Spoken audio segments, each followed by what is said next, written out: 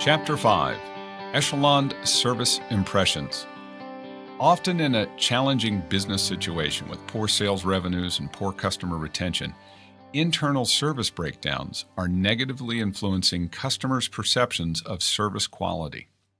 The following steps will guide your team through transforming not only the customer's experience, but also the attitude employees will have about service priorities, values, and processes, ultimately leading to improved customer retention and profits. Successfully putting in place a process that will ensure excellent customer impression with customers can in and of itself be the tipping point in a turnaround. An excellent service impression with customers is something that can be created or destroyed merely by the quality and frequency of your team's communication with customers. Being that communication alone has such a powerful impact on this impression, this area can be one of the most cost-effective strategies for facilitating a turnaround via improving customer retention. In most turnaround situations, the service impression and positioning with many customers is going to be negative. Yet despite how bad your current service impressions may be, there is hope for repositioning your service as excellent in the minds of your customers. You will need to identify where you are currently, what the key influencers are with your customers, and what innovations, if implemented, will have the greatest impression, while staying within the constraints of your limited resources. Assess your customers' impressions. Survey a selection of customers, past, current, and future, on the following areas. How satisfied are they with your service? How does your service impression compare with the competition's service impression? Where are your service strengths and improvement opportunities? What will it take to improve the service impressions you are making, and what is the value of that improved service to the customer? If you have enough territories with varying levels of service quality, you will want to find out not just the reasons for the differences, but what the value to your company is for improved service performance. You may be able to determine that increasing customer service impression levels from an average of a 6 to an 8 on a 10 scale improves customer retention by 50%. Improved customer retention may be worth many times the minor investments you may need to make to innovate and improve your service levels in the lagging territories. Determine and communicate to your team the value of increased customer retention through improved service impressions. When your team understands the impact of service impressions, they will be more likely to optimize them. For prospective customers, you can use a service impression survey as a marketing and prospecting tool. You'll want to uncover what it will take to get and keep customers, and in surveying prospective customers, you can often find qualified leads for your sales team. You will learn what it is they need to hear to be sold, and you will learn what service levels are expected to keep their business. Know the potentials, industry bests and averages. Benchmark your industry and find out how highly rated your best competitors are in service impressions. Determine if exceeding their service level impressions is the right objective. The majority of the time, I find our clients can easily beat out their industry's service exemplars with the use of the service strategies we discuss here. The point, though, is that your team must know what these targets are and that they are realistic, and that slight incremental improvements in service level impressions are not the objective.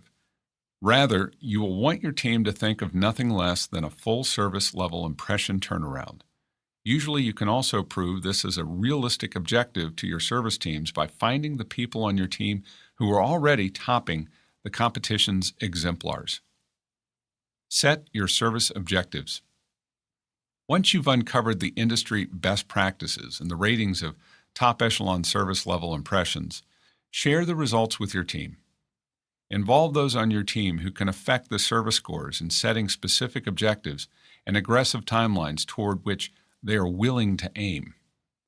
Often, areas like customer retention are directly impacted by the service level impressions. Set objectives in these areas as part of your service turnaround strategy. Customer retention is a great example of an area so valuable that it would probably make economic sense to tie incentives to this area of objectives and give bonuses to those who are impacting service level impressions and customer retention. Even minor rewards and recognition on service improvements and the resulting impact can go a long way to sustaining the improved behaviors. Stealing from your competition legally. I've met more than a few turnaround specialists whose favorite tactic for improving sales and service teams was to ask customers and prospects the following questions. Who is your favorite service tech? What do you like most about the service from the competition? If we could deliver on the promise of topping their service levels, would you switch to our solutions? The next step is to hire the best service techs and the best sales reps from the competition by paying them what they're worth. This, along with genuine improvements in the service levels, makes the necessary impression to win back old customers and win over new customers. No matter how bad of a situation you are in regarding past service level impressions, if you can have confidence that significant improvements can be made, odds are you can win back lost customers. I know of one situation in which the new owner of a company quickly discovered that every major customer of his had already decided to bolt for the competition. Quotes like, "I'll never let our company do business with yours as long as I live," were common. The total value of his company was lost, as this represented more than 90% of his revenues. He had only one tool and one promise, and that was his one chance close. He went out to every lost customer and told them just how bad his situation was and how poor the service and quality had been at the company throughout the past year.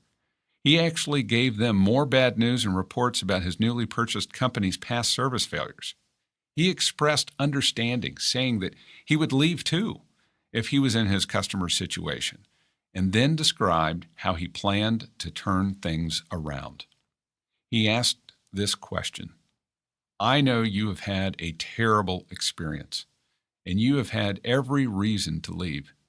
But because I'm the new owner, and because I have a specific plan to address every service failure you've experienced, will you give me just one chance to make things right? He re-engaged every lost customer and built that company from less than $1 million in revenue to over $100 million in short order. When service quality is not job one. A commonly accepted syllogism in business is this: of the three pillars of competitive advantage, quality, service, and price, you can only be competitive in two categories, and you must consciously make this strategic decision or risk losing focus and growth potential. There will be times when quality and price may be the points of advantage on which you have decided to compete. In this case, you will certainly not promote that your service is bad, but instead that your quality and price more than make up for it. This is a perfect example of where you can beat the competition by doing a better job at creating better service impressions without necessarily having superior service. It's impression, not reality. I purposely use the phrase service level impression to make the point that what the customer experiences with your team is nothing more than an impression and does not necessarily represent a markedly different level of actual service or investment on your part. The point here is that service level impressions are made in how your employees communicate, listen, and respond to customers, more so than measurable things like parts availability, response times, or order accuracy. Every company makes mistakes, but it is how you respond to them that often sets you on top with higher service level impressions. The simplest of changes and low-cost investments can put your company in the very best light and leave the impression that no competitor's service levels come close to yours. What makes the best impressions on your customers? In most industries, there are a few commonalities amongst customers as to what makes them feel well served. High in the priority list are things such as prompt response to the first phone call about problems and requests, with little or no hold times, and always being able to reach a live support person, even if it's only the person at the front desk directing the call. Thoroughness in communication, telling a customer specifically what he or she can expect, and of course, under-promising and over-delivering when you can be confident of the response. Frequency of communication. In some industries, we have seen how a daily update call on, for example, the stage of repair of an item or an explanation of the next effort to fix the problem is all that is needed to out-impress the competition that may actually have speedier service or better quality. Service promises and commitments. Making service-level promises or guarantees on response times, parts availability, or what your company will do if a service promise can't be kept can help to overcome a genuine gap between your service and the competitors. Accessibility to the top. Customers are impressed by having the ability to reach the president of a company or the plant manager or some other high-ranking official. If a service problem reaches a disconcerting level, with some of our clients, we have actually printed the president or owner's cell phone numbers onto service commitment marketing collateral. It is powerfully persuasive for a sales rep to say, what other competitor is going to have enough confidence in their service to give the president's cell phone number to every customer? You have probably heard of the practice at high-quality hotels of empowering all of their employees to spend up to $1,000 to help a customer or make a great impression. Establishing such dollar limits is something that most companies need to do, but escalation strategy can go a step further. A best practice in service excellence is to implore employees to deny, almost, no customer requests, to never tell a customer no. Whereas it might be feasible to never reject a customer return when you're selling shoes or clothing, the return of a $250,000 software implementation or piece of machinery is another matter. This strategy involves leveraging your company's chain of command.